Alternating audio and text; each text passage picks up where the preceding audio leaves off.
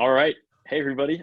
This is Eli Beckman, Mayor of Corte Madera, here with Todd Cusimano, our fantastic town manager. This is the first of our weekly community chats that we're starting here. I think this is kind of we're trying to be a little more open and more transparent, more accessible. It's especially hard, now with coronavirus and with the stay-at-home orders.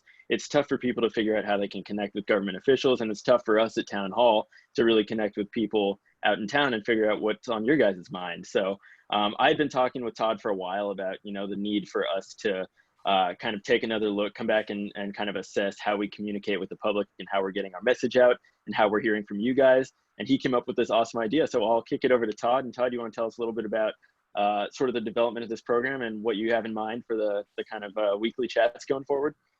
Yeah, so thanks, Mr. Mayor. So yeah, again, as you said, communication's a big deal. I think everything starts and ends with positive, good communication. And it's one of our #1 priorities this year and moving forward.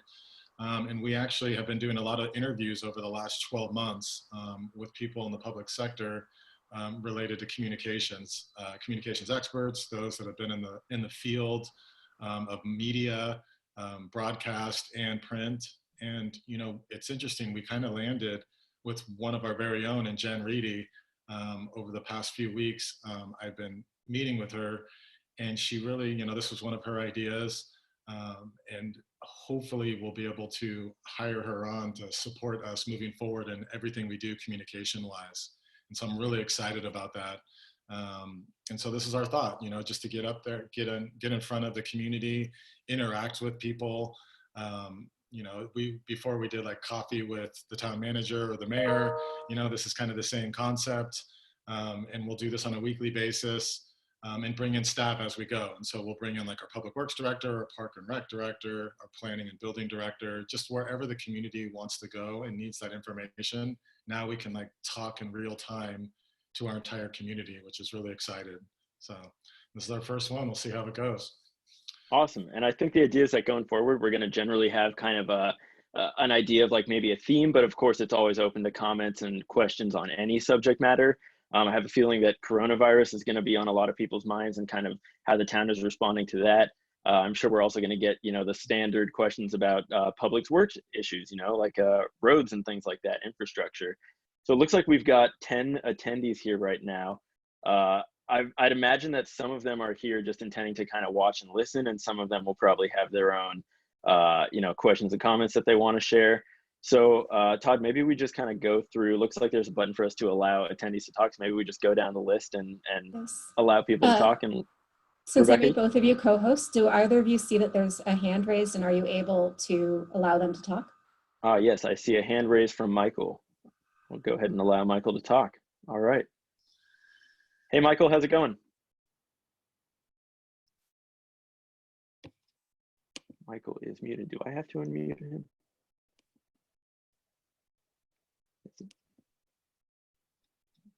Rebecca, I'm clicking unmute on Michael, but the mute sign is still there, even though it says talking permitted.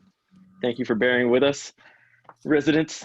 Okay, can you hear me now? Yes, sir. How's it going, Michael? Okay, I'm sorry. You said you had 10 people lined up. I didn't want to go to the head of the pack. I just... You put your hand up. Oh, okay.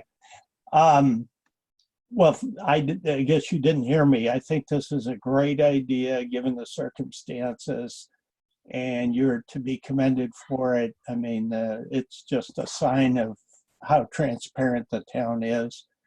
And I had no idea Todd had so many football medals. But anyway. Big Cowboys fan there, huh? Depending on how the conversation goes, I was going to put on the helmet. I wasn't sure. So. Let me pose this in terms of a question.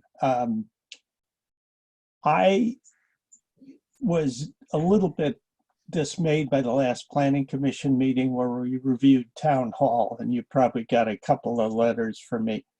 I guess I don't know how we got so specific about a schematic design that I think is not particularly workable given the current fiscal situation. I don't think It's fiscally smart. I'll say more, but I was just surprised. And then the Planning Commission acted like they had to review the details of that. And so we got into where should the bike racks be and where should the generators be, which to me was way down the line. The strategy to me is actually extremely costly. The new building is extremely complex because you're putting the council chambers in an office building. And I know we're going to wait for a year, and I think that's good for the, people to regroup. I was just surprised that we got so far down the line with what I thought was an overly. Ron's done an excellent job. He presents it excellently. I'm not really talking about the architecture because Ron's very capable. Ron Cappy is very capable. But I was just surprised I would say, got locked in so quickly. So I'll leave it at that. I mean, good questions, Michael. You've been part of this and following the process throughout. One of the things, staff has been focused on has been to follow the process and follow the process to wherever it takes us. COVID-19 absolutely changed a lot of things for us, but for me, and the mayor can speak for himself, but it's been at the direction of the mayor and the council of follow the process. When COVID-19 hit and not understanding the fiscal impacts of it, there's a lot of discussion as we move forward. We're going to follow the process financially of where we're going to be at. I don't know that we got locked in on anything specific. We followed the process, and then now it's in the hands of the Planning Commission from a design review. And so these comments are important for that process. My recommendation to council was that we can continue with what we've started and see where we're going to end, where we end up at. And so let's say it goes through this planning review process and it gets downsized, it changes completely by design. That's the process. And then when that is completed, there's a whole nother process that needs to take place, right? It's the fiscal part of it. This started, again, we were going to do a renovation and it was in, $1.2 to $3 million. And then through the process, it ended up going up to a $10 million process. Right now, it sits probably somewhere at about $7.8 million. The potential after this design review process, there is a scenario where it could be in the high 6 millions. So if it's 6 million, we have this 3-year window once that design review process takes place. And within that 3-year window, there's a lot of things that have to happen. And financially is a big one, right? And so I know that my staff, they mentioned in the meeting that said, hey, well, where are we going to be a year from now? It's not a year. It's going to be 24 to 36 months, maybe even plus that. During that period, though, we are in a new environment. And so staff at the direction of the council is going to come back and look at all kinds of options. Can we do a minor renovation to our building? Can we lease property? So when we come back through the design review process, the fiscal evaluation and where we end up in 2 or 3 years, we'll come back to the council and say, okay, we need to make a decision. Here's 3 or 4 options. Here's the lay of the land. Where do we want to go? And so again, I'm looking at, from a staff perspective, at the direction of council, is to solve all of our issues long-term, 50 plus years, right? And so this is one of them. And so I'm not ready to take it completely off the table yet, where we are in the process. But your points are absolutely well taken. I think we all agree with what you're saying. And I think part of the messaging, and the mayor has been really out front with it, of hey, we need to tell the story so people understand what we are and aren't doing. Hopefully my summary helps with that a little bit. And Mr. Mayor, I don't know if you want to jump in on anything else with that. Yeah, I'll jump in. I'll just say, I think you guys both raised 2 really good points that I think a lot of people in town are picking up on. One is that obviously, COVID-19 has totally rearranged the town's financial outlook. It's changed our priorities completely. And the bottom line is that the town's not going to do anything that we can't afford. I think that's kind of our baseline for all of us. I think is that responsible fiscal management. We're just not going to do anything we can't afford. And that includes, you know, on this town hall project. So that's the first issue. And then the second thing is just, I think it's important that we step back and remind ourselves that, you know, although we are endeavoring to do something that's going to be nicer than, like, you know, the most cheap, basic, like hire your average crappy contractor and have them throw together a box as cheap as possible. We're trying to do something better than that for the town, but this is not a luxury project. It is a project of necessity. If you go walk around downstairs, if you've been to the, you know, the Public Works counter or the Public Works trailer right now, the planning counter, there's a lot of issues with our current town hall facility. We got mold, we got asbestos, we got, you know, ceiling clearance issues, code issues. So it's not working. And in addition to that, staff doesn't fit anymore. I think, you know, a lot of people know, but some people don't know yet that for a while, our Public Works department had been housed at the fire station right next door. And then the fire department ended up needing that space back. They kicked out Public Works. Town hall's already full, so Public Works had nowhere to go, and we've had to put them up in a trailer in the parking lot at Town Hall. So our staff is overflowing from the space we've got at Town Hall, and in addition to that, the space that we do have is not code compliant. So it is a project of necessity. I think that's something important that we don't lose sight of. And it doesn't have to be a grand, you know, it's not going to be a $10 million thing. It doesn't have to be the most grandiose, you know, it's got to be in keeping with Corte Madera's, you know, small town community feel. That's a given, but we do need to do something about our town hall. So that's, I think, another thing that's important for us to make sure that we're keeping in mind. Well, I appreciate your comments. I'm going to try and be brief. Thanks for all the information. Todd, you were unusually clear that the fiscal aspects will be evolving, not just in a year, but maybe 2 or 3 years. But I'll just finish by saying what was being reviewed by the Planning Commission was what I call very schizophrenic. In some ways, the new building was pretty grand, overly, and very complex. And you know both that I have been a proponent for getting rid or reducing or doing something with the corner, which is the most visible thing, the existing.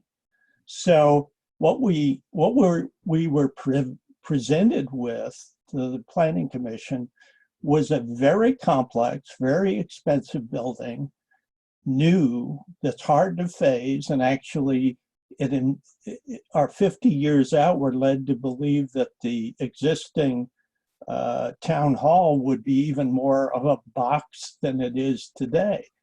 I guess I'm wondering if there's some parties out there that are just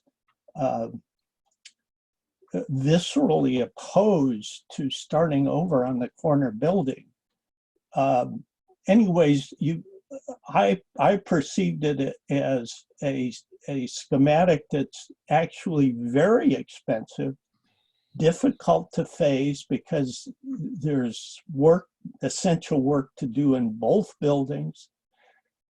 I think there's better strategies. I know we're going to let it rest for a year, but again, I think the current scheme, while it's nicely presented, there's some nice architectural details, but that's really not the point. It's not a good fiscal strategy. So I'll leave it at that, and I really appreciate your hearing me out on it. I want to leave time for some other folks. Thank you, Michael. Much appreciated. Sure. Yeah, I don't really disagree with most of what you said. If you caught my comments at the Planning Commission when we did talk about the design, I thought it was a little jumbled. But again, you know, I think that the way I see it, we're at the point now where it's like, fine, the architects presented something, but COVID hit. We need to step back, let this cool off for a little bit, and we'll come back to it and address it. I think when, you know, once we've got sort of all of our other ducks in a row. I think with that, we should see Karen here's got her hand up. So I think, Michael, I'll put you back on mute, and we're gonna switch over to Karen. Thanks, and let her guys. talk. I appreciate you listening. Thanks, Michael.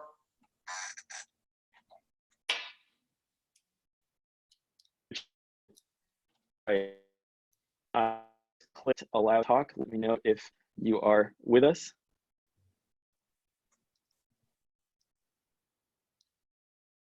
And Karen, it looks like you're muted. Nope, you're not. Karen, you there?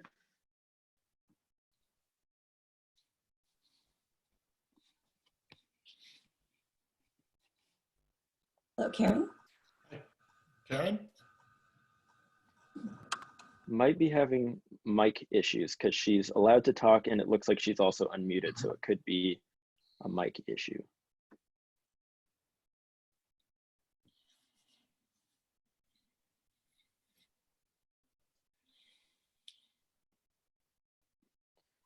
I guess in the meantime, I'll leave her unmuted and hopefully we're able to get that mic stuff straightened out. Oh, we got Heinz Feldman here, just put up his hand. Okay, we'll switch over to Heinz and we'll come back to Karen afterwards. Hopefully she's gonna be able to get that figured out. All right, so Heinz, I will click allow to talk. Looks like he is muted. I'll click unmute. Okay. All right, Heinz, are you with us? Yes, I am. Can you hear me?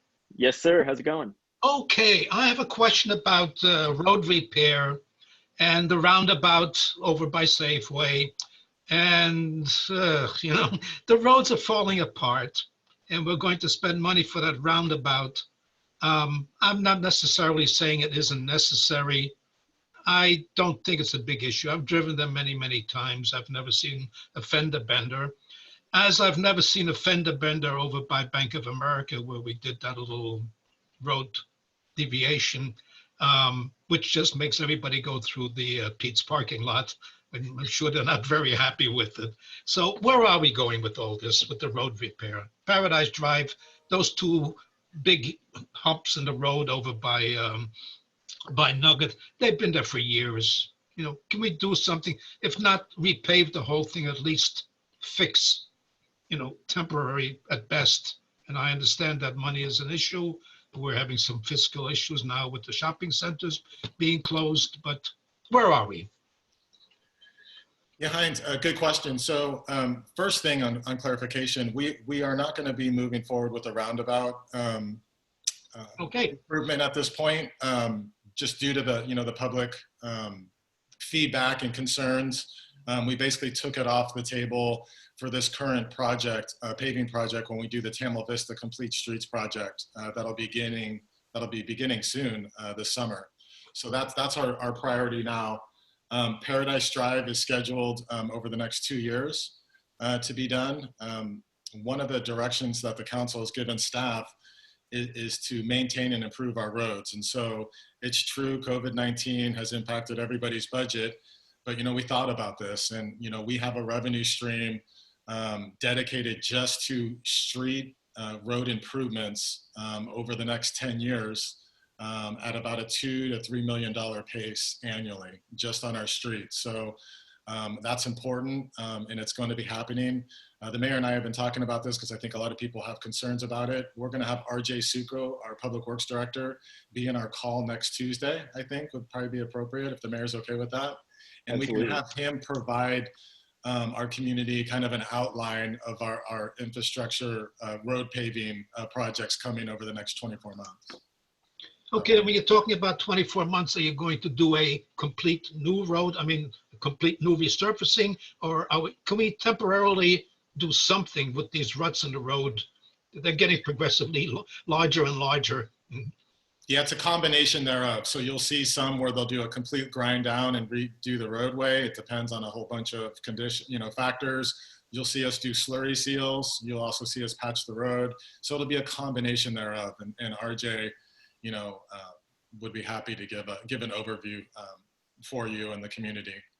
Okay, thank you very much, both of Sure, you. and Heinz, one thing I'll add in is just, you know, I think since being elected to the council, I've certainly learned a lot about road work and how it's not actually as simple as you know, just repaving a road. There's different layers to each road, and there's, you know, you can repair certain layers or you can go and repair the whole thing. Anyway, we were being asked by Public Works, I think, I don't know, sometime over the last 2 months to authorize some new road work, and part of it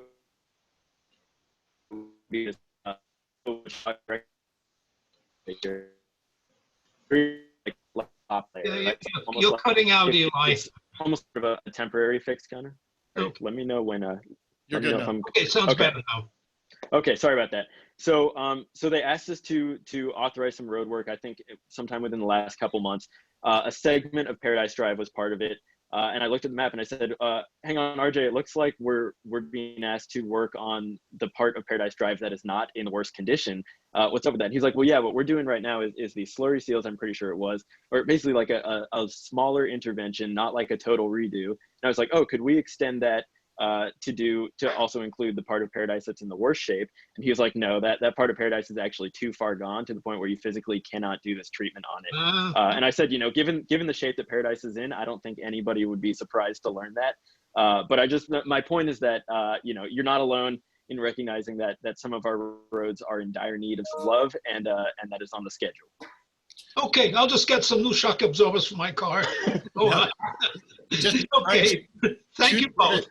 To give it perspective of our community, Heinz, think about this. So we're looking at improving our sidewalks and our pathways, right? Our sidewalks are a big issue as well. Our roadways, and then the sanitary lines underneath the roadways. And so what we're doing is, if you think about it, over the next 10 years, it's about $80 to $100 million of work that we're about to do, both in fees that we get from the sanitary district, our sales tax measure, and then restricted funds through the state and grants. And so we have that revenue stream that we're pretty confident, we're guaranteed to have about 90 million of that. The other 10 will be contingent on grants. And so we have, we're fully staffed up and we're attacking it. And so you'll see those projects. The question that we would like to provide you is kind of that story through RJ, our expert, of like how he looks at it, why he prioritizes one street this year over another one next year. But nevertheless, we're going to get to all of them, and we're going to do it really aggressively. And so I'm excited about it. And hopefully you start to see some results. Okay, thank you both very much. Thanks for dropping in, Heinz. Heinz. Okay. All right, we'll turn Heinz off here. All right, we got David with his hand up. I will click allow to talk. I will click unmute. David is unmuted. David, you with us? Are you here? Are you Yes, there? sir. Okay.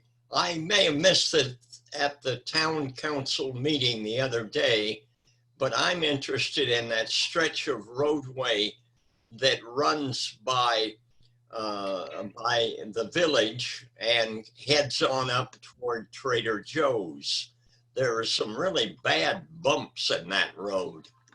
Is that something that you have planned immediately? Yeah, I know Redwood Highway's on the list. It's on the 3-year list. I just don't know. Again, I think it's something for RJ to give us his recommendation for the schedule and for the council to bless it. And so we'll have him again next week. But I know that Redwood Highway, Tamil Vista, Paradise Drive, Casa Buena, and then a lot of the side, then we're focusing on all of our, our side streets, our residential neighborhoods. That is really the focus over the next 3 years. And so again, the first one to go right now is Tamil Vista, Complete Streets Project. And then RJ just submitted something to the council at the last meeting. You could go to it. There's a number of streets and residential areas that we're about to start paving. Are you familiar with the Redwood Highway problems in the area by the village? Yes. Yeah. Absolutely. Okay. You know about that over on the right-hand side, not on the left-hand side, but the right-hand side. Okay. Yeah. So we look forward to seeing where Redwood Highway project comes out in your priority list.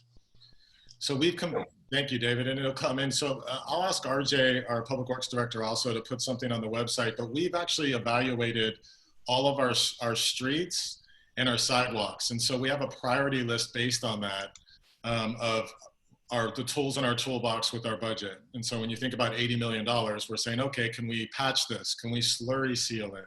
Put a protective coating over it? Do we need to do a complete replacement of this street or sidewalk? And so, and then putting that together again into a 2 to 3 to 5 year plan and looking out 10 years. And so that's the work of RJ, and it's happening now. And so again, this is helpful to us because now we know the types of things that you're interested in, and obviously streets are important. So we'll get you those answers. All right, thank you. Yeah, Todd, I think that's a great idea to ask RJ to post our kind of assessment of the streets and kind of our conceptual schedule of when we're going to be getting to these. I think that's a really good idea. And if we have him join us next week, I'm sure he'll be able to speak more articulately than I can, or maybe even you, to the actual scheduling of these projects.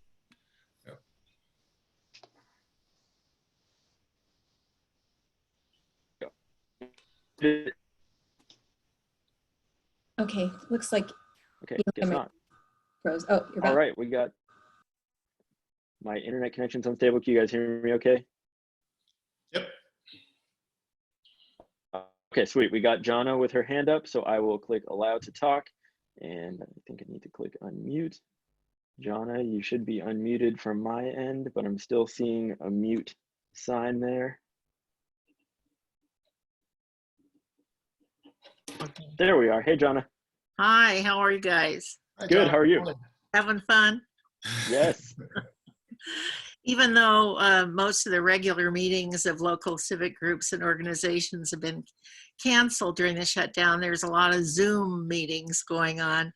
And so all the people that have issues with one thing or another still have a chance to vent them with a bunch of other folks, some of whom are like-minded and some of whom aren't. But I got about 3 issues, maybe 4, I just would like you to comment on. I'm not expressing opinion myself. One of them is that people are wondering how construction of the dog park got to be such a high priority that it's going on now during the shutdown, feeling that it was controversial and that maybe it's not the highest priority when people have concerns about a lot of other things. Do you want me to do them one at a time and you answer, or give you all 4? And Go ahead. Go ahead and give them to us. I'm writing down. okay, another one is about the roundabout. Those of us who've lived in town for decades and used that intersection a lot, like Heinz Feldman, I've never seen any problem there, although I know some pedestrians have problems. I think pedestrians have even more problems with roundabouts, and it seems to a lot of people like the roundabout kind of got sprung on everybody. Perhaps because a consultant was pushing it, but there are a lot of people who don't feel like it's a high priority. Third is that there are a lot of weeds in the median strips, and people are wondering if Public Works is still contracting to have the medians maintained, or if they're trying to work it into their other work schedules themselves. But there's a feeling that keeping the median strips weed-free is a priority, and that it should be going forward. I'll stop with those 3 and let you comment. Oh no, what's the 4th, John? I'm interested to know. Is it a hard one?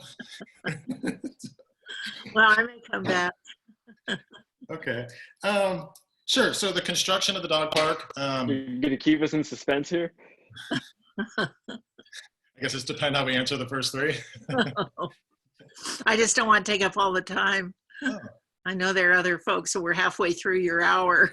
But these are really good. So all 3 that you brought up, we've had a lot of questions about. So if you have a 4th that's like this, it would be helpful to know, because you have the. I'll see if there are other people waiting to raise their hands. Yeah, John knows what's up. Karen does have her hand up again, so we'll try and get to her after we address maybe your 3, and then we can come back and catch the 4th, time permitting.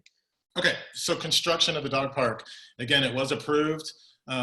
We used this time early on to do some preliminary work for the dog park. We had we actually had a water leak out in Town Park, and we also had an issue with our sanitary district line on Eastman Extension. And so we kind of took that opportunity to put some things in place to do those emergency repairs, but also to kind of do some prep work for the dog park. And so that's what has been happening over the past few weeks. We are going to move forward with the construction of the dog park. Again, it's minimal, but we're going to start to take that opportunity in this situation to complete that. And so that'll happen in the coming weeks. I appreciate the criticism. It goes to the town operation of getting things done in a safe manner. And so again, we're moving forward with that. But I think there were some complaints from citizens tying some of this work to the dog park, and it wasn't. It was our sanitary district lines and an emergency repair of some of our water lines in the park. And so But again, I appreciate and I hear the concerns loud and clear. But we are moving forward with that. The roundabout, yeah, that was a big one. So here's the deal. So, you know, again, for me, I've worked in this community for 23 years. A major portion of that was as a police officer. The two most, for whatever reason, some of the most dangerous intersections is this intersection we're talking about where the roundabout is, and then also Sanford, where we did those improvements 2 years ago. The roundabout discussion, though, one of the directions I gave my public works team was to do our best in our design review and cost analysis and safety measures to avoid as many conflicts as possible as it relates to pedestrians. And so if you look at that intersection, there's a number of conflicts that we have, and I wanted to avoid them the best we could. And so I wanted that analysis. Staff and our experts landed on a roundabout. And so we took that process through, you know, our BPAC, Bicycle Pedestrian Advisory Committee, as well as had a number of discussions with the council. And that's where we landed. What jumped out at both the mayor and I through this process was when I thought that we were doing a good job with public engagement, in the 11th hour, a lot of people in the neighborhood and our community, as you stated, Jana, came out and were surprised and concerned about it. And so, and then as you know, everything happened with COVID and we couldn't hold these public meetings. And so at the direction of the council, we thought it was best to take this off the table. And so, you know, the roundabout project is not part of the Tamil Vista Complete Streets project. And so we took it off. We're going to do our best to avoid as many conflicts as possible, make it safe as possible, and move forward.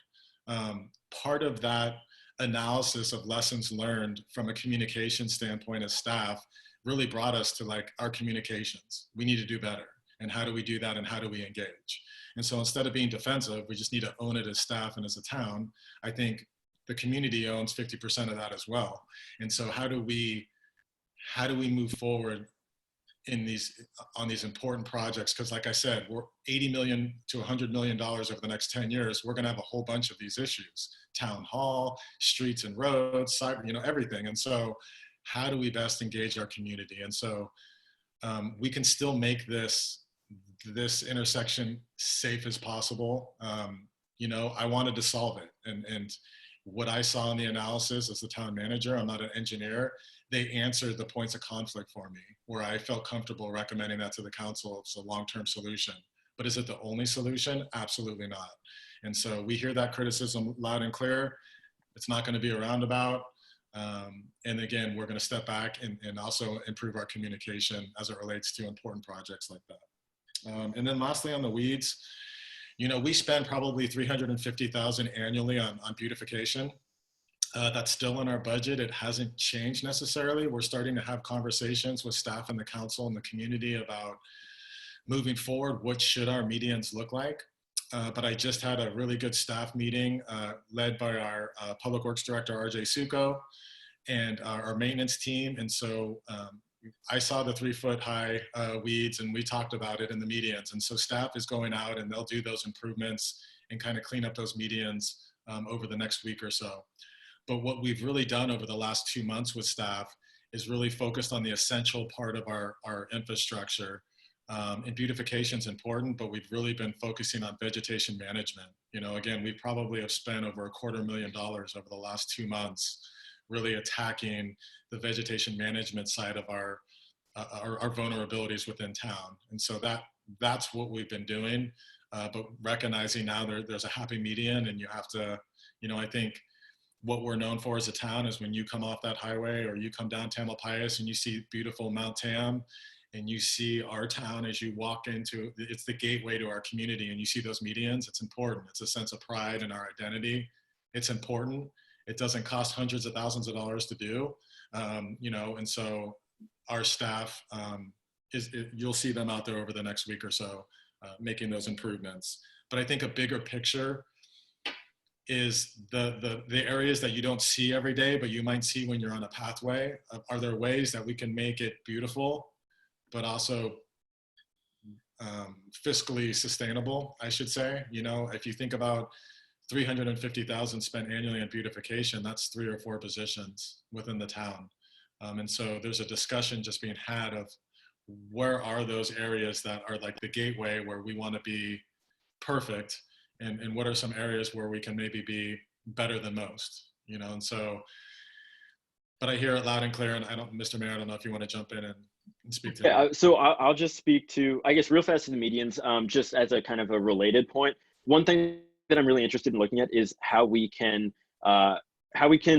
sort of manage our medians in a way that's going to keep them beautiful and you know, maintain the image of the town, but also take them in a more low maintenance direction. And I think probably emphasizing the use of native species is going to be key to that. Obviously, when you plant a species in the environment that it's, you know, adapted to, it's going to require a lot less upkeep than if you're, you know, introducing tropical plants to Corte Madera, where they're going to need to be watered and maintained all the time. So I think, you know, just looking at how we can kind of move in a more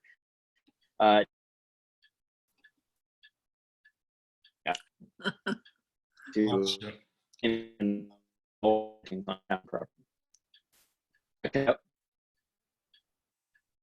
May have cut out there. Yeah. Can you guys hear me? Now we can. Lost the last 20 seconds. Okay, sorry. I'll just very briefly, looking at how we can basically keep our medians beautiful, but make them lower maintenance by emphasizing the use of native species. So I think that's, you know, definitely a direction that I'm interested in exploring. I think it's, you know, it's the right thing to do ecologically, and it's the right thing to do in terms of, you know, use of public resources, spending, you know, less money maintaining our beautiful medians. And then as on the roundabout, I just wanted to say, you know, I think first and foremost, as Todd said, the whole roundabout discussion is being pushed back by, you know, a year, it sounds like. And I think that's the right thing to do, given that it's clear that a lot of members of the public, especially people who live in that immediate area, didn't feel like they, you know, were involved adequately in the whole discussion. And so hearing that, we're going to say, okay, let's back up and sort of, you know, start this discussion from the beginning and make sure that we've got all the, you know, all the right people involved, all the stakeholders. So that's the first thing. This, you know, we're taking a step back from the roundabout and we're going to start over. But the second thing is that I'll just say, because it's a point that you raised, and it's, I think, a point that Heinz touched on also, is that, you know, I've lived in Corte Madera my whole life. I've never personally seen an accident in Corte Madera. Corte Madera is by no means a dangerous place to drive, but I don't think that should stop us from, you know, trying to make it even safer. The Sanford intersection that we did was, I mean, it wasn't dangerous necessarily, but it was the most dangerous intersection in Corte Madera. And I think when we, you know, we've got some very talented engineers at the Public Works Department, including traffic engineers, which, you know, I learned is an actual science. It's an actual engineering discipline, traffic engineers.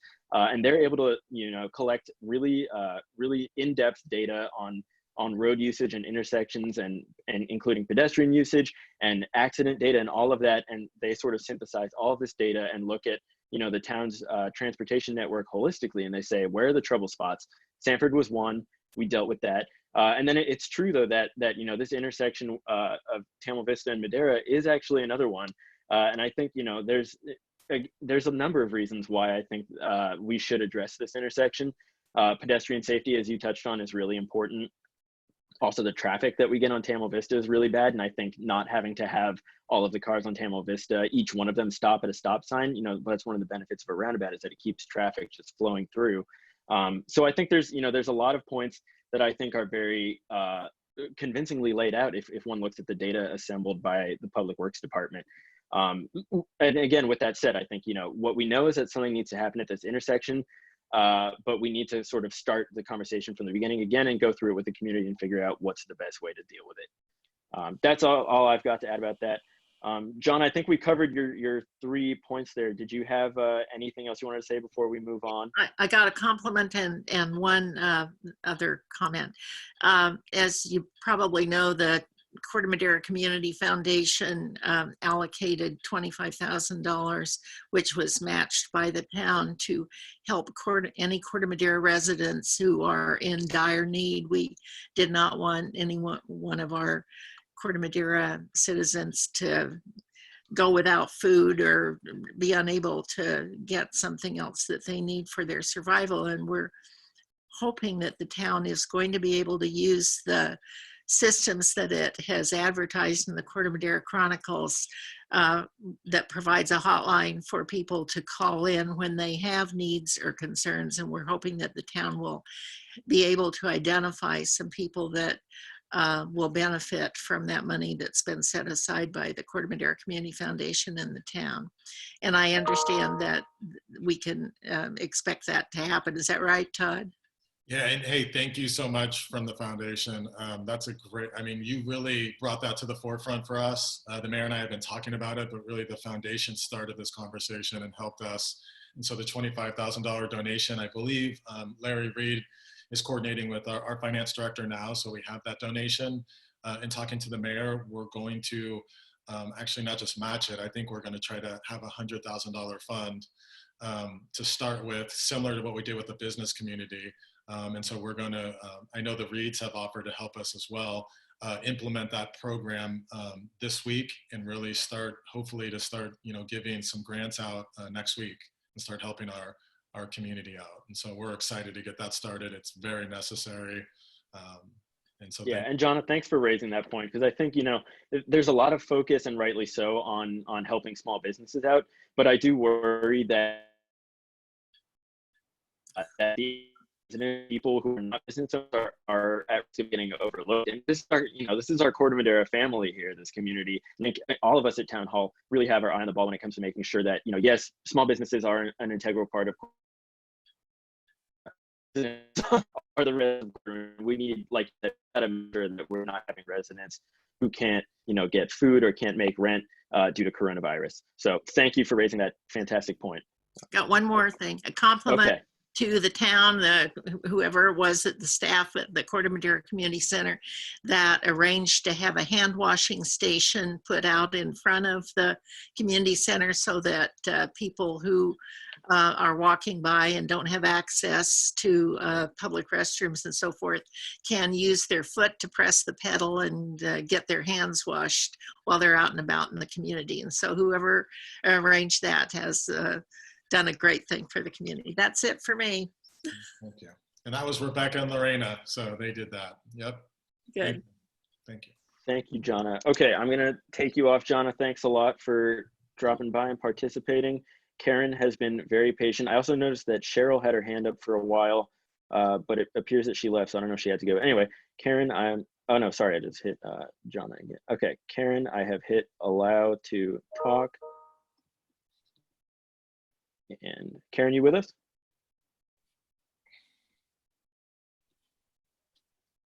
Any signs of Karen? Dang. All right, I'll take Karen back off. Looks like we're still having some sort of issue there. All right, Barbara Solomon, you are up. I'm clicking unmute. Yeah. Hey, Barbara. Hi, Eli. Hi, Todd. How are you? Hi, Barbara. Long time no talk to you. Thank you guys so much for being there. I really appreciate our town's leadership as usual. And you guys are so nice and respectful and knowledgeable. It's really a pleasure to have listened to this. I had a couple of issues I wanted to talk about. First, noise issues. Now that blissfully, we had no construction there for a few weeks, so it was nice and quiet in our neighborhoods, but now construction has started up again. And I just would urge you to ask the planning department to remind contractors they need to honor the work hours for construction. There has been construction going on after 5 o'clock p.m. So, you know, just, I think they're really eager to be back to work and happy to be back to work, but they don't want to stop at 5. So that's just a push for that. And the other thing is there's still a whole lot of gas leaf blowers being used. So I know you've been trying really hard to educate the public, but maybe we need to do a little more education on that. And the other issue is dog barking. There's still there are a few bad actors in the neighborhood who take no responsibility for their dogs. And as I read it, the newest version of the noise ordinance really doesn't address dog barking at all. So I think there's a feeling in the community that there's no remedy at all for dogs who bark relentlessly. And that's something that the town leadership needs to look at. I know you can call the animal control officer in Marin County, but that seems so far away and so disconnected to the town that I don't think people really make use of that as a remedy. So that's it for the noise issues. I had one other issue I wanted to raise too, but maybe if you had any comments. Sure. So Barbara, on the noise, and I owe the community something for the website somewhere they can go, but let's work our way with the last one, dog barking. So we do have a dog barking ordinance. We actually, within our municipal code, it points to the county ordinance. And so we actually have a really thoughtful 3x5 card, and it gives you, so as a resident, it gives you basically a really succinct way of how that ordinance works. And so CMPA, Central Marin Police Authority, and our code enforcement officer, Mike Moriarty, enforce that. We don't rely on the Humane Society or anyone else. That's us. We through our municipal code, we're allowed to enforce it. But the actual code is a Marin County barking dog code. And so what we do is you get basically 3 warnings, documented warnings, but it's contact through the town. And then if it continues, then you can be cited. The citations double and triple. And then ultimately it could be a call out by the Humane Society where, they could take your dog. And so that's in place. I know historically there's been criticism of the town and the police department of enforcement and how we've handled that. And so I'll tell you that over the last 6 months, dealing with the leaf blower ordinance and our noise ordinance, we've had a lot. I've basically provided direction to the chief of our expectation and philosophy within the town. And that's to work with neighbors, but ultimately, if it continues, to enforce it. And so that's the direction. We've used Mike Moriarty. So Mike Moriarty is our code enforcement officer. He's here during business hours, Monday through Friday, but by email is really the best way to get a hold of him. And you can do it 7 days a week. He'll respond to you on a Sunday. That's just how he is. And what he does is he takes in all the information. So if we're talking about barking dogs or construction noise or issues, he basically goes to the database. He can see how many complaints, where that project is, how many times we've gone out there, and he facilitates all of that in a spreadsheet. And then he coordinates with the police department and says, okay, I got this during Monday through Friday business hours. This is how I'm going to handle it. We're at the citation stage now, so this is what I'm going to do. After hours, here's my expectation of you, police department. And so you have a consistent response moving forward. And that really has been in place over the last couple months. It's been kind of a work in progress for us, but that's the work that Mike's been doing.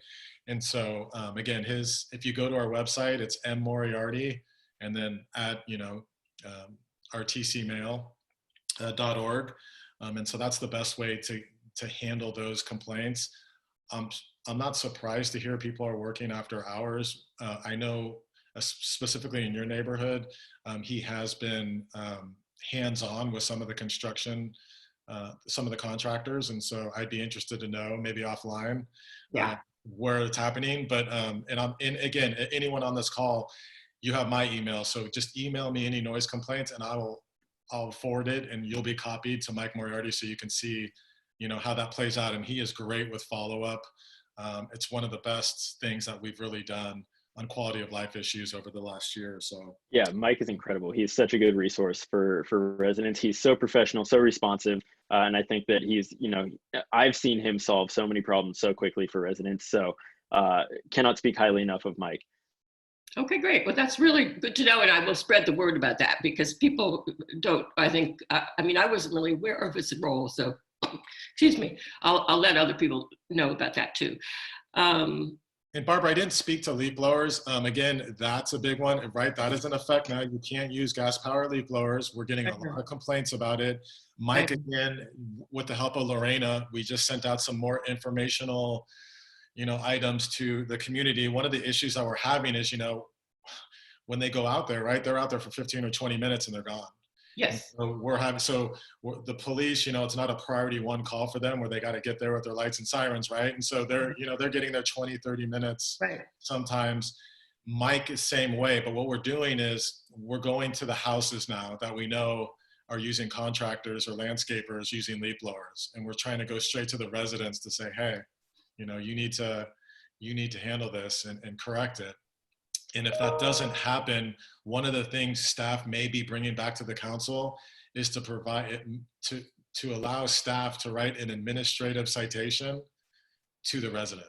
And so if a resident continues to put the ownership on the resident, you know, and it's an issue that I've always had when we've had this discussion, that I don't necessarily think it's right to cite a landscaper. I think it should be incumbent upon the resident to manage that. And so we're working on that as well. One of the other things, it's a George Topper kind of recommendation that he gave me about a year ago, and I like it. You know, it's kind of like the gun buyback that we did. You know, if you want to take things off the street, allow the mechanism to support our people. And so to allow, you know, we'll take your leaf blower in and we'll give you an electric one, or we'll pay you, you know, $100 to turn in your gas powered leaf blower to help, you know, community members make that transition. And so that's something staff's going to be coming back to council with as a recommendation moving forward as well. And just lastly, we are doing a lot of vegetation management on the hillsides as a town. And so those are the same contractors that our community uses. And what we're doing with them is we're trying to facilitate and help them make that transition as well financially. And so that's happening. So there's a lot going on behind the scenes, but to your point, complaints have picked up by about 60%. We're getting probably 30 complaints every 10 days about leaf blowers and noise. So it's a priority, it's there, we need to do something about it. And so we're working towards it. Great, thank you. I figured you were on top of it. So the only other issue I had really quickly has to do with the town center and the article in the IJ about how some of the small store lessees got threatening letters from the attorney for the owners of the mall. It's basically a rent dispute, but it has to do with whether they could be evicted for non-payment of rent while they're being shut down. So I didn't know if the town leadership was going to get involved in that, or what your thoughts on that were. Yeah, so great question, Barbara. Spoken like a true attorney over there. Yep. I will tell you that both the mayor and your town manager met with the shopping centers when this first started, just the COVID-19. And we basically educated ourselves on what the governor's order was as it related to evictions, and what the county ordinance is regarding evictions, the do's and don'ts. And then we also talked about a philosophy, because, you know, the town is a property owner too. And so our philosophy and, you know, our expectation, or what we asked, was to be consistent as possible, right? Not only do we want to follow the ordinance, of course we do, but also, you know, instead of sending letters and going that approach, is to bring that humanistic approach. You know, the mayor was big on that, of like, hey, go out there and reach out to each business owner, find out whether they're essential business or non-essential, whether they're open or closed. How can we support you? What are your issues? So we understand it. And then to talk to them about, you know, rents. And, you know, if you're going to have a problem with the rent, let's figure out a plan. Like, let's talk it out, and then we can put it in writing, you know? And so that's what we've done as a town. You know, the bigger shopping centers handle things differently. I've always been impressed with management for both of our shopping centers. But again, you know, you saw the article, you saw the letter possibly. It didn't violate the ordinance, but I'll argue that it within the spirit, it definitely, it wasn't within the spirit. Right, not a good look, it's safe to say. So no one's going to be evicted. They can't be evicted. It's a misdemeanor to violate that ordinance. And so that's not what the town center is doing. The town center is working with all those small business owners to work on how, you know, rent will be handled in the future, but they are absolutely protected by the ordinance. And from what I'm told, and talking to Monty Stevens, the general manager of the town center, that's exactly what they're doing now moving forward. They're developing a plan, but the perception and the optics, as the mayor said, you know, just an unfortunate situation all around. Yes. Okay. Well, I appreciate it. Thank you so much, you guys. Again, great job you're doing. Yeah. Appreciate Thanks, it. Barbara. Okay, we got about 4 minutes left. James has got his hand up, so I'm going to take Barbara off here. Allow James to talk. Unmute there. Hello. James, you with us? Yes. Can you How's it hear going? me? Yes. I was wondering where it should be reported when you see trees in amongst electrical lines and utility lines. I was up on Endeavor, at the very end of Endeavor by Ring Mountain, and the last 2 blocks of that street have electrical wires going right through the middle of a bunch of trees. And I happened to see one of the neighbors and I asked him about that. And he said, well, he'd reported it in the past and nobody's ever done anything. Now, I don't know where it was reported or whom or when, but my question is, where should things like that be reported? And there's also a difference between, trees in up close to the electrical line, and then there are all these utility lines down below the electrical lines. And there are a lot of areas in the city where the utility lines seem to be in danger in a windstorm or something, or rather, maybe not the electrical lines. So where should that be reported? Great question, James. So 2 things, the town. And so you can just call our main line, the 927-5050 line, and we'll take that information and we'll forward it on to our public works team. And so there are 3 ways that goes. And so 1, there's a lot of work that you may have heard about that PG&E is doing. And so they're making basically a safe zone as it relates to their lines. And so they'll go all the way up a street like on Endeavor and they'll clear it. They'll clear it around their lines. And so that's the first, that's going on right now. That's been going on for about 12 months and it'll continue for a long time. The second one is our chipper program and through our public works team. And so we've spent, I touched on a little bit, but we've spent about $400,000 this year on vegetation management and clearing trees. It's something we haven't enforced over the last decade. And so really the thought of the town this past year is to say, hey, let's educate the community and those property owners that own these trees. And some of them are the town and some of them are residents. But let's educate them on what the expectation is of clearance, and then let's help them. Let's help them. Sometimes we'll share the cost. Sometimes we'll do it 100% on our own project, and so that's going on. So so the first thing that I would do is you let us know, and we'll go out there and say, hey, is this some work that's planned for PG&E? We'll have them do it. If it's not, we'll go to the resident or the town if it's our property, and we'll evaluate it and do the work and figure out a way to get that done. And so that's ongoing, and so that's helpful. Do you know the area on Endeavor specifically that you're talking about? Do you know the area specifically? You said right at the end, right? Yeah, it's at the end of Endeavor by Ring Mountain, okay. Right where the trail up, the street ends and the trail begins, but the block or 2 before that. And it's on the Ring Mountain side where all the trees are and the high wires are. Okay, and in some cases it's open space. And so we've basically taken, Marla Orth has been, we've signed her up as really an employee of the town to help us with our chipper program and to facilitate conversations through the town, our fire marshal, and then all of our stakeholders. So we have, in some cases, it could be PG&E, the town, a resident, open space, Caltrans. And so there's a lot of factors. And so in that area, we're talking about multiple jurisdictions. So I know Endeavor's on our list of clearing some trees and vegetation. So I'll follow up with staff, and James, I'll have someone just give you an update on what we're doing. But that's an absolute priority for the town. We don't want in these wind events, in the the shutdowns, the PG&E shutdowns, in the rains, in any firestorms, like we want to clear this. Like it's an absolute priority. So great, thank you very much. Answer. Thanks a lot, James. Hello, we're coming up on noon, but I wanted to let you know that I did receive Karen Grabosi's question via email. Oh, great. And I'm okay going past 1. I mean, if you have some time, Mr. Mayor. I mean, yeah, can you let us know what Karen said? Because she's had her hand up this whole time.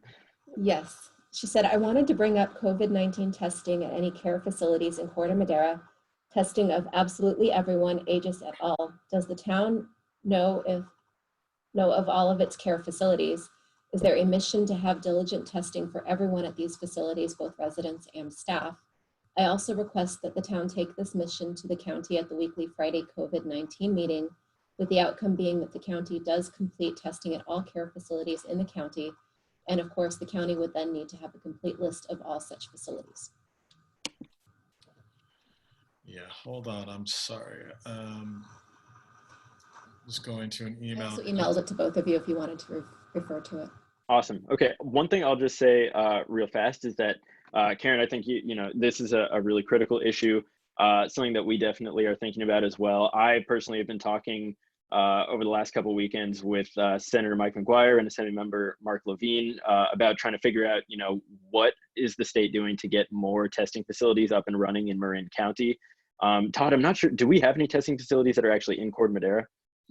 Not in Corte Madera, but I'm just to that point.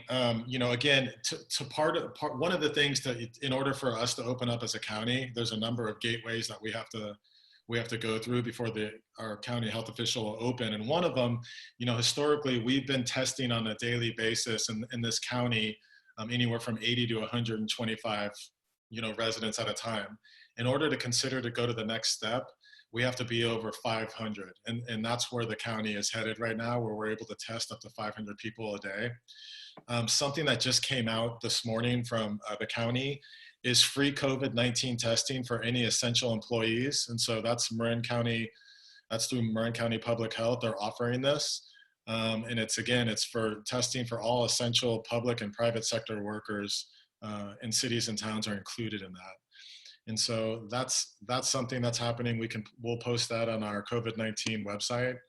I know from, again, we probably have about 6 hours worth of calls with our state, regional, and county cohorts. And so that's a big, there's been a big push to get us to exactly what you're asking of supporting those specific facilities of 100% testing. It's going to be necessary regardless as we move forward. If we're going to fully open, that has to be in place. And we've struggled to get to that point, but we're headed that way. And it's something your staff has been very vocal on at all levels of our government. And so again, we are all talking, you know, our eyes are wide open of what the expectation is and what we need to do. And that's one of them. That's absolutely one of them. Thanks for bringing that up, Karen. And with that, it is 12:03 now, and I think we've gotten to everybody who's had their hand up.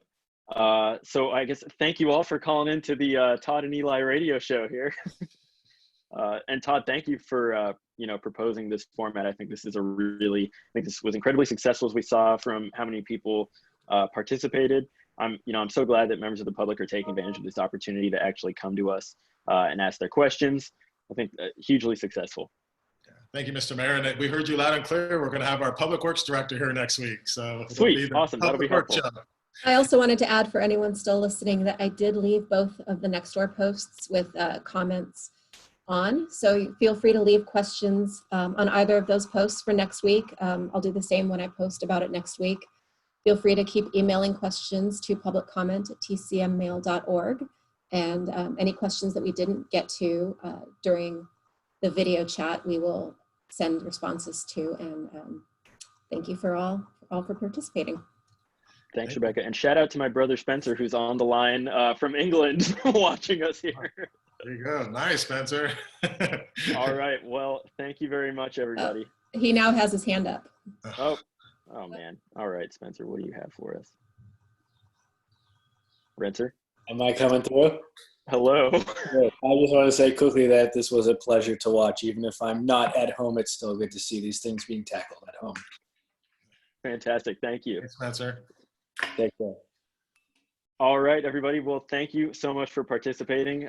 Thank you, Rebecca and Todd, for making this happen. This was, I think, really valuable. And I look forward to doing this again next week. All right, and we will get the video up on our website, and we'll link answers to the questions along with the video. Awesome. Thanks. All right. Take care, everyone. Stay safe. See ya.